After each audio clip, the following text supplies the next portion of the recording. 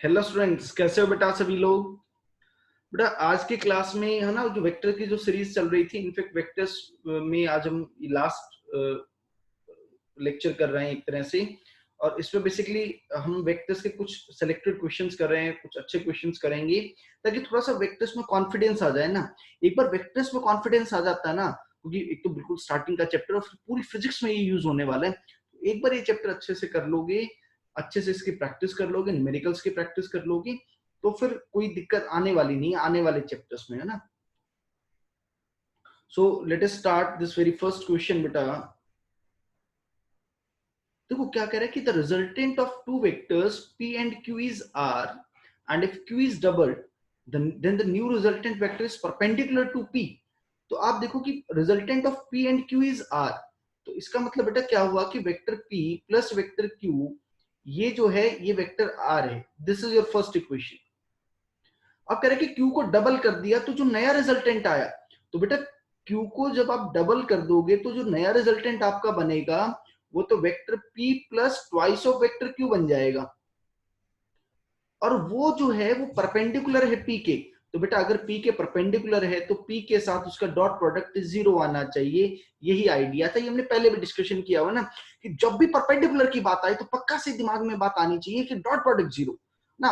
90% cases में होगा कि डॉट प्रोडक्ट से ही सवाल होने वाला है परपेंडिकुलर जब भी आए तो बस अब इसको सॉल्व कर लेंगे ना कि ये जो p प्लस टू क्यू ये नया रिजल्टेंट वेक्टर आया था, p के परपेंडिकुलर था, p के परपेंडिकुलर तो उसका डॉट प्रोडक्ट जीरो आएगा।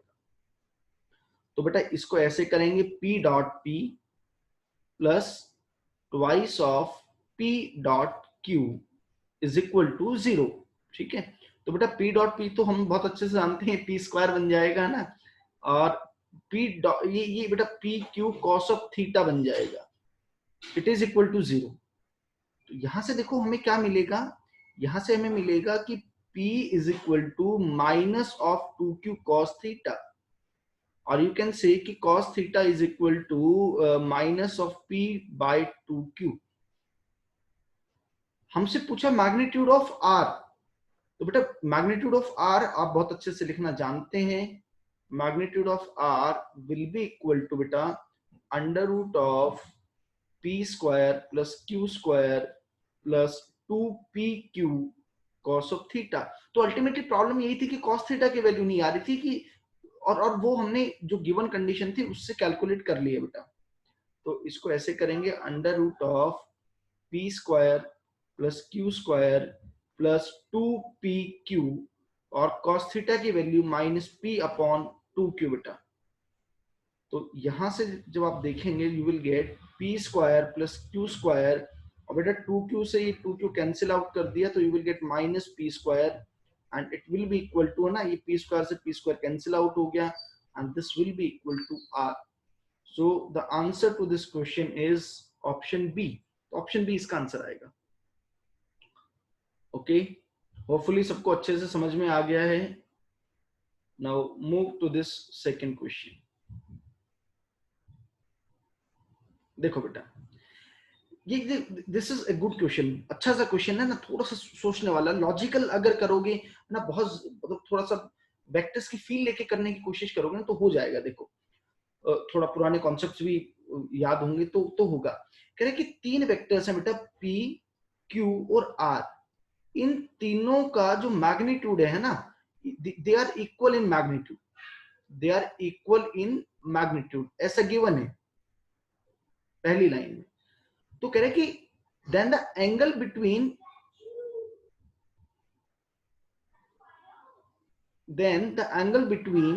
p and r is theta one.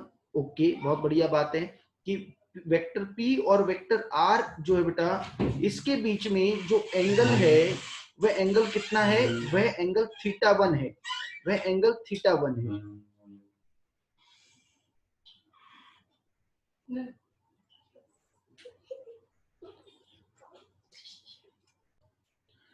p और r के बीच में एंगल थीटा वन है। चलो एक बात तो ये पता लग गई। जो सबसे इंपॉर्टेंट बात है बेटा जिससे सवाल सॉल्व होने वाला है ना, वो क्वेश्चन में कह रखा कि vector p plus vector q plus vector r ये जीरो है। ठीक है, ये क्वेश्चन है, ठीक है। अच्छा, और क्वेश्चन में पूछा क्या है कि then the angle between vector P and R is theta 2। चलो, अच्छा एक बात ये भी तो दे रखी है कि vector P plus vector Q is equal to vector R. तीनों वेक्टर्स का मैग्नीट्यूड बराबर है और उनका जो रिजल्टेंट आ रहा है बेटा ना, अब जरा सोचो कि पी और क्यू दो ऐसे वेक्टर्स हैं जिनका मैग्नीट्यूड बराबर है, उसका जो रिजल्टेंट आया है वो भी उन्हीं के मैग्नीट्यूड के बराबर आया है। तो बेटा ऐसा तो तभी पॉसिबल होता है जब एंगल की वैल्यू किसके बराबर हो जाए, 120 डिग्री के इक्वल हो जाए। ये बात हमने किया था कि दो बराबर फोर्सेस या दो बराबर वेक्टर्स अगर उनके बीच में एंगल 120 डिग्री है तो उन्हीं के मैग्नीट्यूड के बराबर रिजल्टेंट आता है। चलो, तो इसका मतलब बेटा क्या रहा होगा, ऐसे समझो जरा कि सर ये वेक्टर P रहा होगा, ये वेक्टर Q रहा होगा, और इन दोनों के बीच का ये एंगल 120 डिग्री रहा होगा, और सर जो इनका जो रिजल्टेंट आएगा वो वेक्टर आर होगा, और भाई बराबर वेक्टर्स हैं तो ये वाला एंगल 60 डिग्री होगा। तो देखो पी और आर के बीच में एंगल थीटा 1 कह रखा था बेटा, तो थीटा 1 की वैल्यू 60 डिग्री आ गई है हमारे पास। अगली कंडीशन, एक एक पार्ट तो हो गया, थीटा 1 की वैल्यू तो आ गई है। तीन वेक्टर्स का रिजल्टेंट जीरो है, तीन वेक्टर्स का रिजल्टेंट जीरो, तीनों का मैग्नीट्यूड बराबर है। तो पहली बात तो कि तीन वेक्टर्स का रिजल्टेंट जीरो तभी पॉसिबल हो सकता है when they form a triangle, और सबके सब जो वेक्टर्स हैं they all are taken in the same order. और क्योंकि यहाँ पे वेक्टर्स बेटा बराबर हैं तो यहाँ पे ये इक्विलेटरल ट्रायंगल भी फॉर्म करेंगे। ये मान लो बेटा ये वेक्टर P है, ये वेक्टर Q है और ये वेक्टर R है। तो यहां से बिल्कुल मैं साफ साफ देख सकता हूं कि वेक्टर P और Q के बीच में एंगल 120 डिग्री होगा। कारण ये है ना बेटा कि ये वाला एंगल 60 डिग्री है, ये वाला एंगल 60 डिग्री है, तो ये 120 डिग्री हो गया। तो वेक्टर P और Q के बीच में 120 डिग्री, वेक्टर Q और R के बीच में भी एंगल 120 डिग्री हो जाएगा सिमिलरली, और सिमिलरली वेक्टर P और वेक्टर R के बीच में भी एंगल 120 डिग्री हो जाएगा। तो हमसे क्वेश्चन में कहा है कि P और R के बीच में एंगल थीटा 2 है, तो बेटा theta 2 is equal to 120 degree. So यहां से समझ में आ गया मुझे कि सर थीटा 2 जो है that will be equal to twice of theta 1, और theta 1 is equal to theta 2 by 2। So for this we get option B as the correct option. This is option, इसका जो आंसर है बेटा option B आ गया है। So now move to the next question. Again, easy question. कह रहे कि at what angles the two forces, दो forces हैं बेटा, ध्यान से देखो, एक तो है x प्लस वाई और एक फोर्स है बेटा x माइनस वाई। दो फोर्सेस हैं, एक ये F1 है, ये F2 है। कह रहे कि इनका जो रिजल्टेंट है बेटा वो मुझे चाहिए under root of X square plus Y square. तो उनके बीच में एंगल क्या होगा ये बताना है। तो देखो दो वेक्टर्स का रिजल्टेंट का फॉर्मूला बेटा मैं बहुत अच्छे से जानता हूं, under root of A square, A की जगह बेटा क्या है यहाँ पे X plus Y, plus X minus Y का square, plus twice of A into B, और बेटा इन दोनों के बीच का एंगल वो मान लेते हैं कि ये है। इसका जो रिजल्टेंट चाहिए मुझे वो under root of X square plus Y square ये चाहिए। तो बेटा मैं दोनों साइड स्क्वायर कर देता हूं। अच्छा इसको सॉल्व करेंगे तो देखो बेटा क्या बनेगा, ये X square plus Y square plus 2xy, ये बेटा क्या हो गया X square plus Y square and minus 2xy, और बेटा यहाँ पे देखो ये फिर से क्या बन गया twice of X square minus Y square cos theta is equal to, क्योंकि स्क्वायर किया हुआ था तो ये वाला जो फैक्टर है इसका स्क्वायर भी हट गया ना। आप देखो ये 2xy और ये वाला माइनस 2xy ये क्या हो गया बेटा, ये कैंसिल आउट हो गया। चलो बेटा और थोड़ा सा इसको रीअरेंज अगर मैं करूं तो बेटा ये क्या बनेगा twice of X square plus Y square, है ना। फिजिक्स में अगर आपको कंसेप्ट समझ में आ जाता है ना तो फिर बड़ा मजा आता है क्वेश्चन को करने में। तो मन करता है कि सर और क्वेश्चन दो ना, सर और न्यूमेरिकल्स करवाओ। तो यही फीलिंग है एक्चुअल में फिजिक्स की ना, और ऐसी फीलिंग आप सब लोगों में जनरेट करना चाहता हूँ कि मतलब कोई क्वेश्चन आए, कोई न्यूमेरिकल आए फिजिक्स में तो उसको देख करके आप डरो नहीं, है ना। मतलब बिल्कुल वो फियरलेस तरीके से आप फिजिक्स को डील करो। तो देखो हमने बातों बातों में कैलकुलेशन वाला पार्ट मैंने कर दिया है आपका, ना। इनफैक्ट आपका आंसर भी आ गया है बेटा। देखो cos theta is equal to, देखो बड़े आराम से हम, अगर आपको कंसेप्ट अच्छे से आते हैं, चीजें आपको आती हैं, तो बड़े आराम से सब कुछ हो जाएगा। देखो आसान सा, बहुत आसान सा पार्ट हो गया बेटा। तो यहां से दिख रहा है कि थीटा इज इक्वल टू क्या हो जाएगा बेटा, cos inverse minus of X square plus Y square, अच्छा ये ब्रैकेट में ले लो बेटा, divided by twice of x square minus y square. So corresponding to this, you will get option A as your answer. So the answer to this question is option A. Now move to the next question. ये देखो बड़ा आसान सा, बहुत प्यारा सा question, एक ही line में क्वेश्चन हो जाएगा। देखो देखो बेटा, वेक्टर a प्लस बी का, मुझे लगता है कि जो लोग देख रहे हैं क्वेश्चन को, उनका शायद आंसर भी आ ही गया होगा, है ना। इसकी वैल्यू पूछी है। तो बेटा एक बात बताओ कि vector A plus vector B, ये जो दो वेक्टर्स आएंगे, इनका जो रिजल्टेंट आएगा, that lies in the plane, lies in the plane of vector A and vector B. Vector A और वेक्टर बी जिस प्लेन में एग्जिस्ट करते हैं, उनका भाई दो वेक्टर्स जो हैं, वो दो वेक्टर्स तो हमेशा एक ही प्लेन में एग्जिस्ट करते हैं, तो दो वेक्टर्स का जो रिजल्टेंट आया वो उसी के प्लेन में आएगा। एक बात तो ये हो गई। अब ये ए क्रॉस बी के साथ डॉट लिया है। ए क्रॉस बी क्या चीज है, ये ऐसा वेक्टर है, it is a vector, vector perpendicular to vector A vector B as well as the plane containing, as well as the plane containing vector A and vector B। तो भैया सीधी सी बात है, आपको एक ऐसे वेक्टर का डॉट लेना है ऐसे वेक्टर के साथ जो उसके परपेंडिकुलर है। थीटा इज 90 डिग्री है ना यहाँ पे, और डॉट प्रोडक्ट आपसे लिया गया है, तो डॉट प्रोडक्ट कितना आ जाएगा बेटा, वो 0 आ जाएगा। ऑप्शन ए, ऑरल क्वेश्चन करने वाला था। फिर से ध्यान से समझो, a प्लस बी का जो रिजल्टेंट आएगा बेटा, वो वेक्टर ऐसा वेक्टर आएगा जो वेक्टर a और वेक्टर b के ही प्लेन में लाई करेगा, और a क्रॉस b एक ऐसा वेक्टर आता है जो वेक्टर a वेक्टर b दोनों के परपेंडिकुलर होता है। तो ऐसा का, जब ऐसे दो वेक्टर्स का आप डॉट प्रोडक्ट लेंगे, तो उसका रिजल्टेंट ऑब्वियसली 0 ही आएगा। होपफुली ये बात बहुत अच्छे से आप लोगों को समझ में आ गई होगी। Okay, now move to the next question. हाँ, ये बढ़िया सा क्वेश्चन है।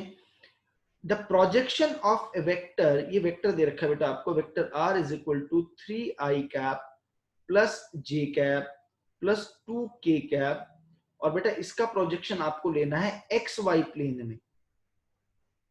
किसमें लेना है बेटा, एक्स वाई प्लेन में। तो जरा बात समझने की कोशिश करना बेटा। क्वेश्चन में क्या बात कहना चाह रहा हूं मैं ये कहना चाह रहा हूं कि भाई प्रोजेक्शन का मतलब क्या था। प्रोजेक्शन के साथ एक और चीज बताई गई थी, वो चीज ये बताई गई थी कि वो उसका कंपोनेंट भी होगा। अगर मैं कहता हूं कि projection of vector A on B, इसका मतलब वेक्टर ए का कंपोनेंट है वेक्टर बी के अलोंग। तो बड़ा सिंपल सा क्वेश्चन हो गया बेटा, ये जो आपको वेक्टर दे रखा है, इसका आपसे कंपोनेंट पूछा है एक्स वाई प्लेन में, तो भाई एक्स वाई प्लेन में तो यही वेक्टर लाई करेगा, 3i cap plus J cap. इसका मैग्नीट्यूड पूछा है आपसे, मैग्नीट्यूड क्या हो गया, under root of 3 square plus 1 का स्क्वायर। ये देखो कितनी आसानी से आपने इस क्वेश्चन को कर दिया। फिर से ध्यान रखना, प्रोजेक्शन का मतलब बेटा कंपोनेंट भी होता है। वेक्टर ए का बी पे प्रोजेक्शन का मतलब क्या हो गया बेटा, वेक्टर ए का प्रोजेक्शन में, वेक्टर ए का प्रोजेक्शन ऑन बी का मतलब ये हो गया बेटा कि वेक्टर ए का कंपोनेंट बी के अलावा। तो वेक्टर, अब यहाँ पे जो वेक्टर था इसका एक्स वाई प्लेन में पूछा था, तो भाई एक्स वाई प्लेन में तो सिर्फ यही, ये वाला ही कंपोनेंट लाई करेगा, ये वाला, इसका मैग्नीट्यूड बताना था। सोचो इसी क्वेश्चन में, अगर पहली बात तो कि इसका आंसर बेटा ऑप्शन डी आ गया। इसी क्वेश्चन में अगर आपसे कोई पूछता कि एक्स जेड प्लेन में कंपोनेंट बताओ, तो भैया एक्स जेड में जो कंपोनेंट आएगा तो 3i cap plus 2k cap आएगा, और फिर उसका मैग्नीट्यूड, वो आसान बात है, वो ये आ जाता बेटा, √13 आ जाता उस केस में। बट हमसे यही पार्ट पूछा गया था, तो answer to this particular question is option D. Option D इसका आंसर आ जाएगा बेटा। चलो you have to select the incorrect statements. एक एक स्टेटमेंट को देखना पड़ेगा बेटा। पहले ऑप्शन ए को देख लेते हैं ना। कह रहे कि किन्हीं भी दो वेक्टर्स का जो डॉट प्रोडक्ट का जो मैग्नीट्यूड आएगा बेटा, डॉट प्रोडक्ट का मैग्नीट्यूड तो ए बी कॉस थीटा होता है। कॉस थीटा की जो वैल्यू है वो तो 0 से 1 के बीच में है ना। मैग्नीट्यूड की बात कर रहा हूँ बेटा, वैसे तो -1 से 1 के बीच में लाई करता है, बट मैग्नीट्यूड में जब मैं बात करता हूँ इट मीन्स मैं सिर्फ पॉजिटिव साइन ही कंसिडर कर रहा हूँ बेटा। तो इसका मतलब इसकी जो वैल्यू है वो 0 से 1 के बीच में लाई करेगी। 0 से 1 के बीच में लाई करेगी तो इसका मतलब क्या हुआ बेटा कि इस फैक्टर का वैल्यू जो है वो ए बी से ज्यादा कभी नहीं हो सकता। तो यानी कि पहली बात तो इन्होंने सही कही है कि या तो वो ए बी के बराबर हो सकता है या ए बी से छोटा हो सकता है। सो this is your correct statement. ये स्टेटमेंट करेक्ट है तो हमारा आंसर नहीं हो सकता क्योंकि हमसे इनकरेक्ट स्टेटमेंट पूछी है। सिमिलरली बेटा ए क्रॉस बी का भी जो मैग्नीट्यूड है वो ए बी साइन थीटा होता है। साइन थीटा की वैल्यू भी बेटा 0 से 1 के बीच में लाई करती है। तो इसकी वैल्यू भी या तो ए बी के बराबर होगी या ए बी से छोटी होगी। तो ये बात भी इसने बिल्कुल सही कही है कि बिल्कुल करेक्ट बात कही है, बिल्कुल परफेक्टली बात कही है। ऑप्शन सी कह रहा है कि a vector is not change if it is slide parallel to itself. बिल्कुल सही बात है भाई, किसी भी वेक्टर को आप उसके पैरेलल स्लाइड करेंगे तो उसमें कोई चेंज नहीं आता, ना मैग्नीट्यूड में चेंज आएगा ना उसकी डायरेक्शन में चेंज आएगा। तो option C is also correct. तो ये भी हमारा आंसर नहीं हो सकता। ऑप्शन डी कह रहा है vector is necessarily changed if it is rotated through an angle. बिल्कुल सही। कह रहे कि वेक्टर जो है क्या कह रहा है क्वेश्चन में कि वेक्टर इज नेसेसरली चेंज। कह रहे कि अगर हम किसी भी वेक्टर को क्या कर देंगे बेटा, किसी एंगल से अगर हम क्या कर देंगे, रोटेट अगर कर देंगे तो कह रहे कि वो वेक्टर बदल जाएगा। ये बात भी इसने बिल्कुल करेक्ट ही कही है, बिल्कुल करेक्ट। लेकिन हमसे इनकरेक्ट क्वेश्चन, इनकरेक्ट बात पूछी है इन्होंने। तो option A vector is not change if it is slid parallel to itself, तो बिल्कुल सही बात है। तो शायद हो सकता है might be there is a problem in the question, but ये जो भी क्वेश्चन रहा होगा, बट ये चारों स्टेटमेंट सही है हमारे लिए। चारों हो सकता है कि कुछ प्रिंटिंग मिस्टेक हो, करेक्ट ही स्टेटमेंट पूछी हो, then all the four are the correct, है ना। ये चारों बातें बिल्कुल सही है। So now move to the next question बेटा।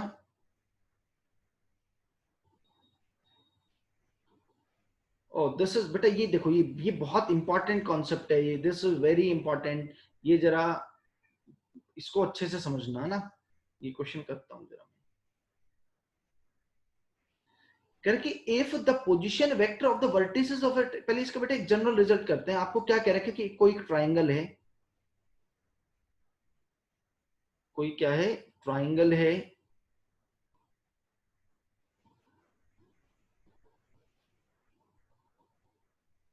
ये ट्राइंगल है।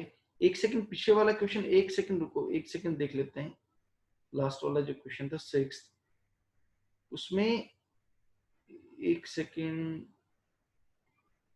अच्छा कह रहे कि वेक्टर इज नेस, अच्छा अच्छा बेटा ऑप्शन डी, ऑप्शन डी पे देखो जरा, बिल्कुल सही बात है कि vector is necessarily change if it is rotated through an angle. लेकिन आप सोचो कि ये बात हमने पहले भी डिस्कशन किया था, ये बिल्कुल मेरे माइंड से बिल्कुल निकल गया कि अगर 360 डिग्री से आपने उसको रोटेट कर दिया then vector is not changed, then vector is not changed. बिल्कुल बिल्कुल सही बात है कि अगर मैं इसको 360 डिग्री से बदल देता हूं ना बेटा, तो उस केस में है ना, सोचो कि ये वेक्टर ए था और इसको आप घुमा करके ऐसे ही ले आए, तो आपने रोटेट करने के बाद भी इसको ओरिजिनल पोजीशन में ही लेकर के आए, तो ये नहीं हुआ। तो this is the incorrect statement. तो answer to this question is option D. Option D, वो 360 डिग्री वाला केस हमने मिस कर दिया था। 360 डिग्री पे बेटा वो चेंज नहीं होगा। So now move to this question. देखो हमने बेटा ये तो पढ़ा था कि अगर कोई भी, देखो ऐसे मानते हैं, हमने जो अब तक पढ़ा था कि ये बेटा कोई वेक्टर ए था, ये कोई वेक्टर बी था। अगर ये दो एडजेसेंट साइड्स बना रहा है किसी ट्राइंगल की, तो इस ट्राइंगल का एरिया का फॉर्मूला हमने पढ़ा था क्या, half of mod of A cross B. लेकिन यहां पे बेटा आपको क्या कह रखा है, आपको 3 पोजीशन वेक्टर दे रखे हैं, फिर आपको ट्राइंगल का एरिया बताना है। जरा समझने की कोशिश करो कि कैसे करेंगे। मैं कहता हूं ए बी सी, ठीक है बेटा। अच्छा, मैं ये कहता हूं कि ये वेक्टर ए, इसको मैं वेक्टर ए लिख देता हूं, इसको वेक्टर बी लिख देता हूं, इसको वेक्टर सी लिख देता हूं। तो अगर आपको इस वेक्टर का इस ट्राइंगल का अगर आपको बेटा एरिया लिखना होता, तो जो हमारी पुरानी डेफिनेशन है उसके हिसाब से आप क्या लिखते, उसके हिसाब से आप क्या लिखते, ये देखो आप लिखते सर, एक second, vector A B cross vector A C, आप इसका एरिया ऐसे लिखते, है ना। कोई दो adjacent sides of a triangle, ये मैंने ये मान लिया बेटा, ये और ये, तो आप इसको इसी फॉर्म में लिखते। लेकिन ये जो वेक्टर ए बी है बेटा, इस वेक्टर ए बी को कैसे लिखा जाएगा, जरा ध्यान से देखना। वेक्टर ए बी को लिखा जाएगा vector B minus vector A, ऐसे तो लिखा जाता है पोजीशन वेक्टर को, final position vector minus initial position vector. और एसी को कैसे लिखा जाएगा बेटा, vector C minus vector A. Very important आपके लिए, शायद थोड़ी सी नई चीज लगे बेटा आपको। अब जरा क्रॉस प्रोडक्ट वाला फॉर्मूला लगाओ, vector B cross vector C minus of vector A, एक सेकंड बेटा, मैं कुछ, एक सेकंड,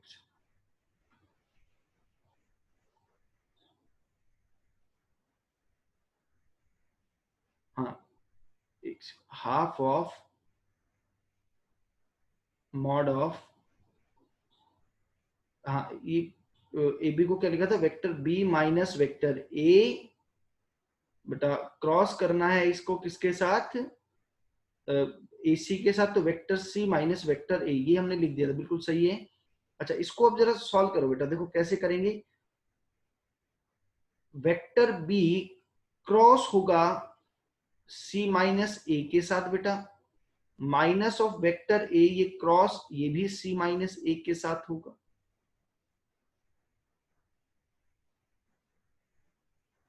इसको ऐसे लिख सकते हैं, half of mod of B cross C minus of B cross A minus of A cross C बेटा, और minus minus plus A cross ए।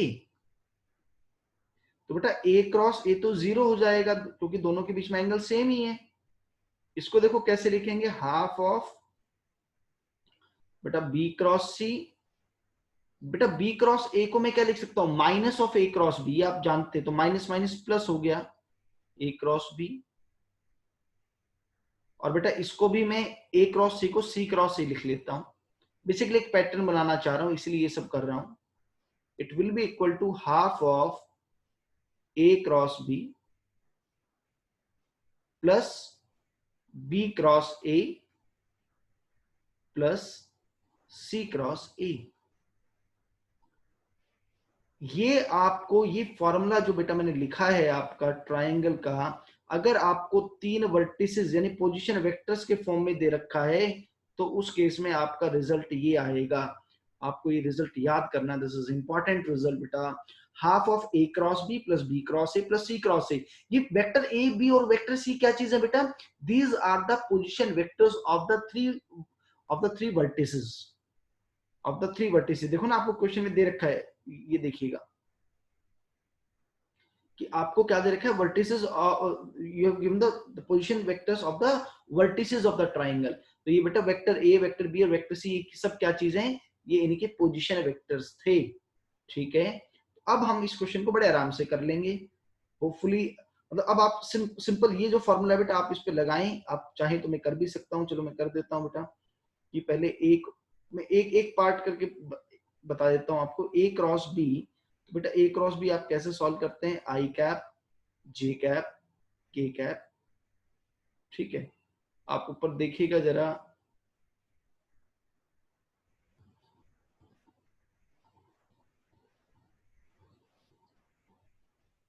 एक सेकेंड, तो देखो बेटा,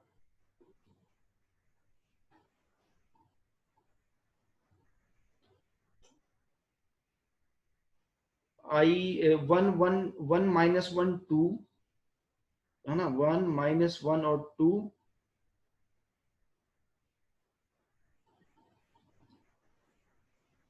और बेटा 2 1 1, ये आ जाएंगे 2 1 1। थोड़ा सा रिवाइज कर रहा हूँ कैसे करते हैं भाई। आई, आप आई कैप लिखते थे, रो कॉलम को छुपाते थे, तो -1 और -2 माइनस जे कैप, तो बेटा ये आ जाता था 1 - 4 प्लस के कैप, और बेटा ये आ गया था 1 - 4। तो बिल्कुल सिमिलरली आप बाकी सबको ऐड करेंगे, ना बाकी सबको पहले सॉल्व करेंगे। तो अब सिमिलरली आप ऐसे जब सॉल्व करेंगे तो ultimately finally you will get √5 as your answer. तो आइडिया ये था कि ये वाला जो फॉर्मूला था, ये दिस इज इंपॉर्टेंट फॉर्मूला बेटा, ये फॉर्मूला आपको अच्छे से याद करना है। Now move to this next question. Correct, force is acting on a particle and the velocity is this. तो बेटा ये बात हम जानते हैं कि जो इंस्टेंटेनियस पावर है उसका फॉर्मूला क्या है बेटा, वो फॉर्मूला है F.V। तो F आपके पास क्या है बेटा, 3I cap plus 4J cap -5K cap. इसका डॉट प्रोडक्ट ले लेते हैं किसके साथ, 2I cap plus 2J cap plus 2K cap. Dot product आपको बहुत अच्छे से करना आ गया है अब तक। तो 6 4 2 8 और -10, तो बेटा ये आ गया 4 वाट। तो ये इंटीजर टाइप क्वेश्चन था, आंसर विल बी 4। देखो बेटा ये क्वेश्चन है नेक्स्ट हमारा।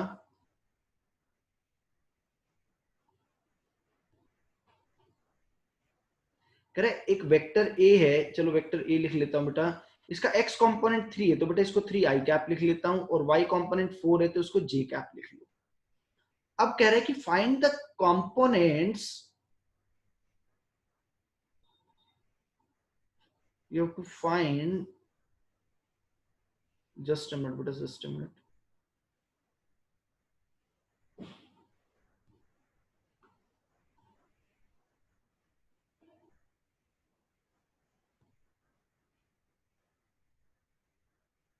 है ना, ये वाला क्वेश्चन था ना।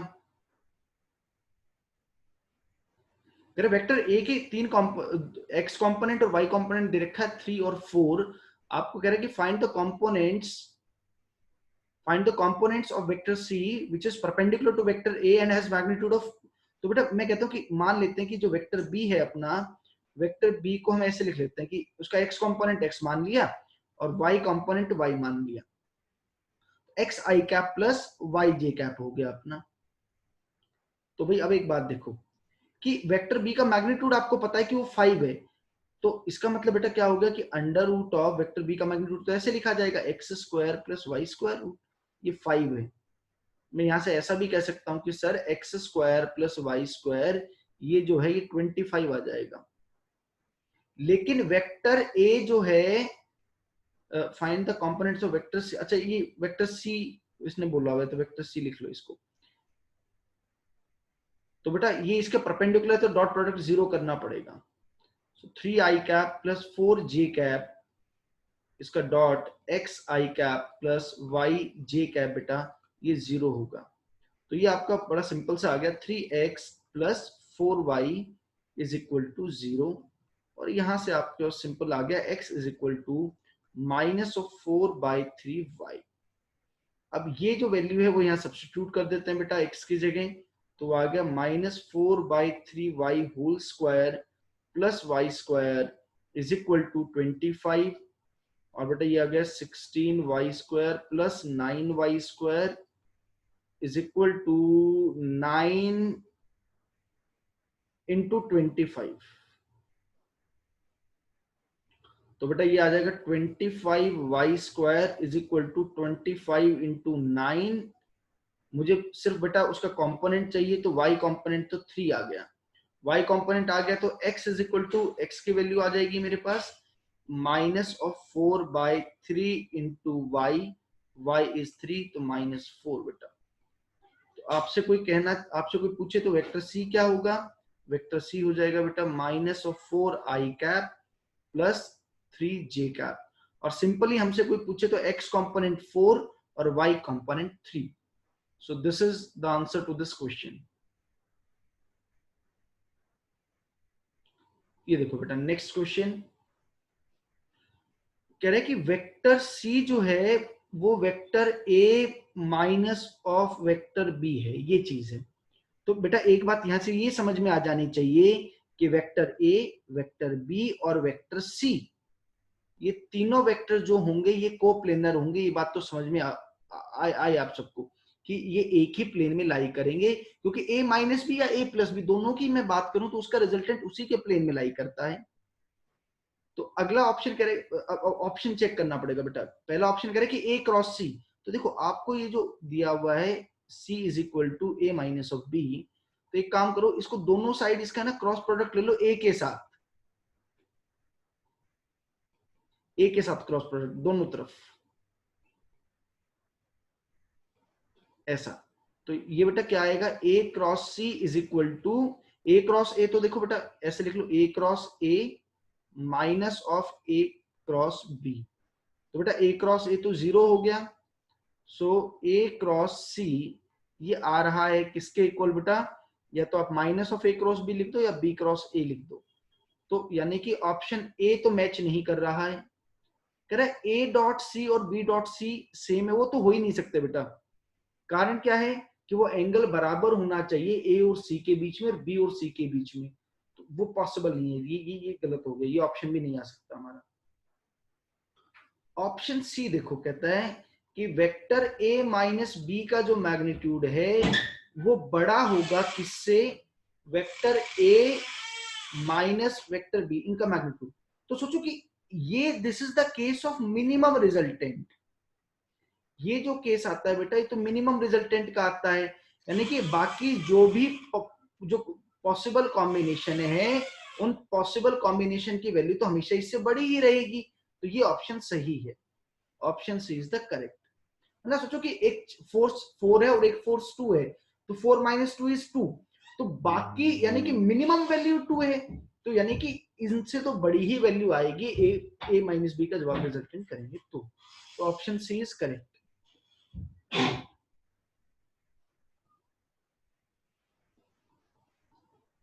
देखो बेटा तो ये इस बार थोड़ा सा सब्जेक्टिव क्वेश्चन है, आपको देखना पड़ेगा।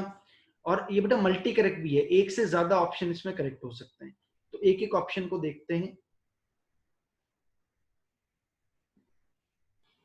विच of the following is essential for the three non collinear vectors to produce a zero resultant. तो जीरो रिजल्टेंट तो बेटा कब आ सकता है कि तीन जो वेक्टर्स हैं they must form A triangle taken in the same order, ये बात है नॉन कोलिनियर के केस में। पहला ऑप्शन कह रहा है कि they should be in the same plane, बिल्कुल सही बात है, ऑप्शन ए करेक्ट है, सेम प्लेन में होने ही चाहिए तभी रिजल्टेंट जीरो आएगा। मिनिमम तीन है ना नॉन, अगर मैं अनइक्वल मैग्नीट्यूड की बात करूं तो तीन नॉन कोप्लेनर वेक्टर होने चाहिए। ऑप्शन में कह रहा है कि it should be possible to represent them by the three sides of the triangle taken in order, बिल्कुल ये बात भी बिल्कुल सही है, option B is also correct. They should act along the sides of a parallelogram, ये बात नहीं समझ में आ रही ना, ये नहीं हो सकता। पैरेललोग्राम की साइड्स तो भाई दो, बाकी तो दो बराबर ही होंगी, तो नहीं ये बात गलत है, option C is not correct.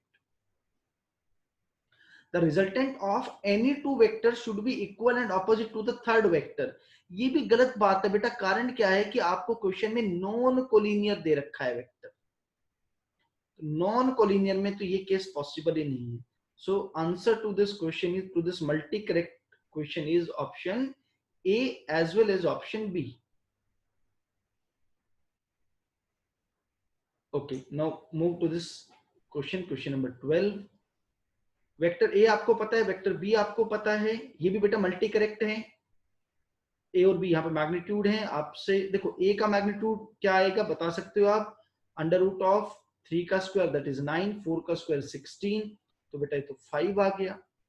B का जो मैग्नीट्यूड आएगा, बी का मैग्नीट्यूड क्या आएगा, अंडर रूट ऑफ 6 का स्क्वायर 36, 8 स्क्वायर 64, ये रूट 100, ये 10 आ गया बेटा। अच्छा पहला ऑप्शन कह रहा है कि ए क्रॉस बी जो है वो 0 है, तो आप जरा देखो, बड़ा सिंपल सा है कि वेक्टर ए भी एक्स वाई प्लेन में लाई कर रहा है और वेक्टर बी भी जो है वो एक्स वाई प्लेन में लाई करता है, क्योंकि इनके पास सिर्फ आई और जे कंपोनेंट है। तो ए क्रॉस बी बेटा जीरो नहीं हो सकता, दोनों वेक्टर सेम ही प्लेन में लाई कर रहे हैं। अच्छा अच्छा, नहीं नहीं नहीं, फिर तो चेक करना पड़ेगा, बिल्कुल बिल्कुल चेक करना पड़ेगा, एक सेकंड चेक करना पड़ेगा बेटा। ए क्रॉस बी, मैं डॉट प्रोडक्ट समझ गया इसको, ए क्रॉस बी, तो कर लेते हैं, कोई बात नहीं बेटा। आई कैप, जे कैप और के कैप की जगह मैं जीरो लिख दूंगा, कोई बात नहीं। 340 एंड 680, तो बेटा आई कैप रखेंगे तो यहाँ पे आप देखोगे कि जीरो आ जाएगा, माइनस जे कैप रखेंगे तो भी जीरो आ जाएगा बेटा, प्लस के कैप आप देखेंगे तो 8 3 जा 24 और 6 4 जा 24, तो बिल्कुल सही बात है बेटा, ए क्रॉस बी जीरो आ गया, तो ऑप्शन ए तो करेक्ट हो गया, option A is correct. Option B देखो, नहीं मैंने ऑप्शन ए चेक किया है, ऑप्शन बी अगर मैं देखूं तो ए बाई बी कह रहा है 1/2, ए तो 5 है और बी 10 है, तो 1/2, बेटा ऑप्शन बी भी करेक्ट है। ऑप्शन सी कह रहा है कि A dot B is equal to 48, A dot B, A dot B कर लो जरा, A dot B option C के लिए, तो बेटा आ जाएगा 6 3 जा 18 एंड 8 4 जा 32, तो बेटा ये तो 50 आ रहा है, तो डॉट प्रोडक्ट ये वाला ऑप्शन गलत है, ये ऑप्शन नहीं हो सकता, और ए का मैग्नीट्यूड 5 है, तो ऑप्शन डी ये भी सही है। So the answers are A B and D, A B and D are the answers.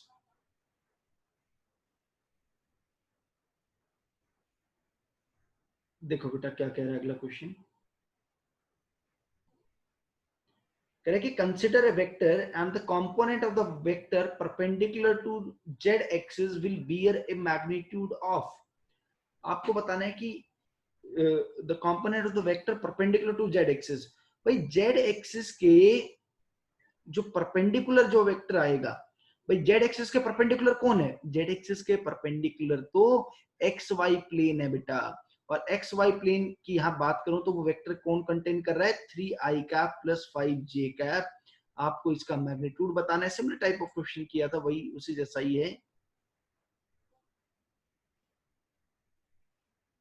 तो बेटा ये आ गया आपका √34, so answer to this question is option D.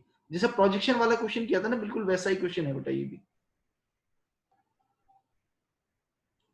If the vectors form the two sides of A triangle, तो ठीक है, ये तो बेटा बहुत आसान क्वेश्चन हो गया ना, कि जो एरिया ऑफ ट्राइंगल है, area of triangle will be equal to, ये देखो बेटा, I cap, J cap, K cap, A cross B ही मुझे करना है बेटा, 1 1 1, और वहां सिर्फ आई कैप लिखा है, तो बाकी सब जीरो हो जाएगा बेटा।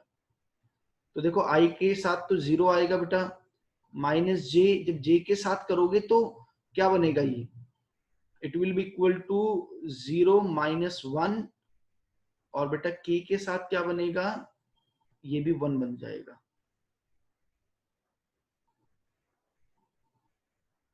जे के साथ 0 1, और आई के साथ तो 0 बन गया, माइनस जे, और जे के साथ बेटा क्या बनेगा 0 1, और के साथ क्या बनेगा 0 1, ठीक है। तो बेटा ये तो 0 आई cap plus J cap plus के कैप, तो अब देखो एरिया की बात करूं तो एरिया किसके इक्वल आएगा, half of mod of A cross B, तो ए क्रॉस बी का मॉड अगर आप देखोगे तो दिख रहा है कि वो √2 आएगा, तो दैट इज √2, तो बेटा ये जो आंसर आएगा it will be equal to 1/√2 units, 1/√2 units from the, क्या कह रहे हैं, if the vectors this and this from two sides of triangle the area of the triangle is, तो बेटा यही आ रहा है इसका 1/√2 यूनिट्स आ रहा है,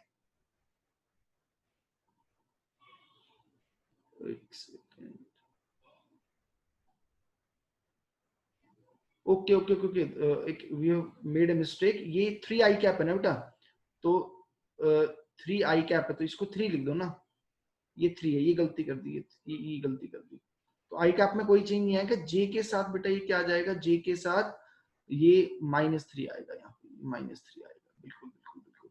और के साथ जब मैं करूंगा तो के साथ बेटा कितना आ जाएगा, 0, ये भी बेटा क्या आएगा, ये आपका 3 आ जाएगा ये। तो ये यहाँ पे भी 3 आएगा और यहाँ पे भी 3 आ जाएगा। हल्की सी कैलकुलेशन में हमने मिस्टेक कर दी, कोई बात नहीं। तो इसका जो मैग्नीट्यूड आएगा बेटा वो तो कितना आ जाएगा, 9 + 9 और यू कैन से 3√2। और बेटा एरिया निकालने के लिए 2 से क्या करना पड़ेगा, डिवाइड करना पड़ेगा, डिवाइड करोगे तो 3/√2 यूनिट्स आ गया। So option C is the answer to this question.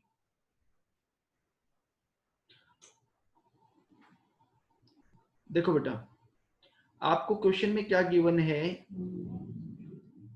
आपको वेक्टर ए गिवन है, vector A is 2i cap + 6j cap + 4k cap. Vector B given है कि vector B is i cap -2j cap + 8k cap. आपको a dot a cross b करना है, और मुझे लगता है कि हो गया, सवाल हो गया।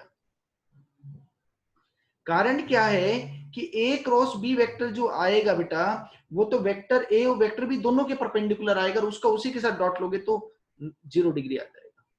सो answer to this question is option D.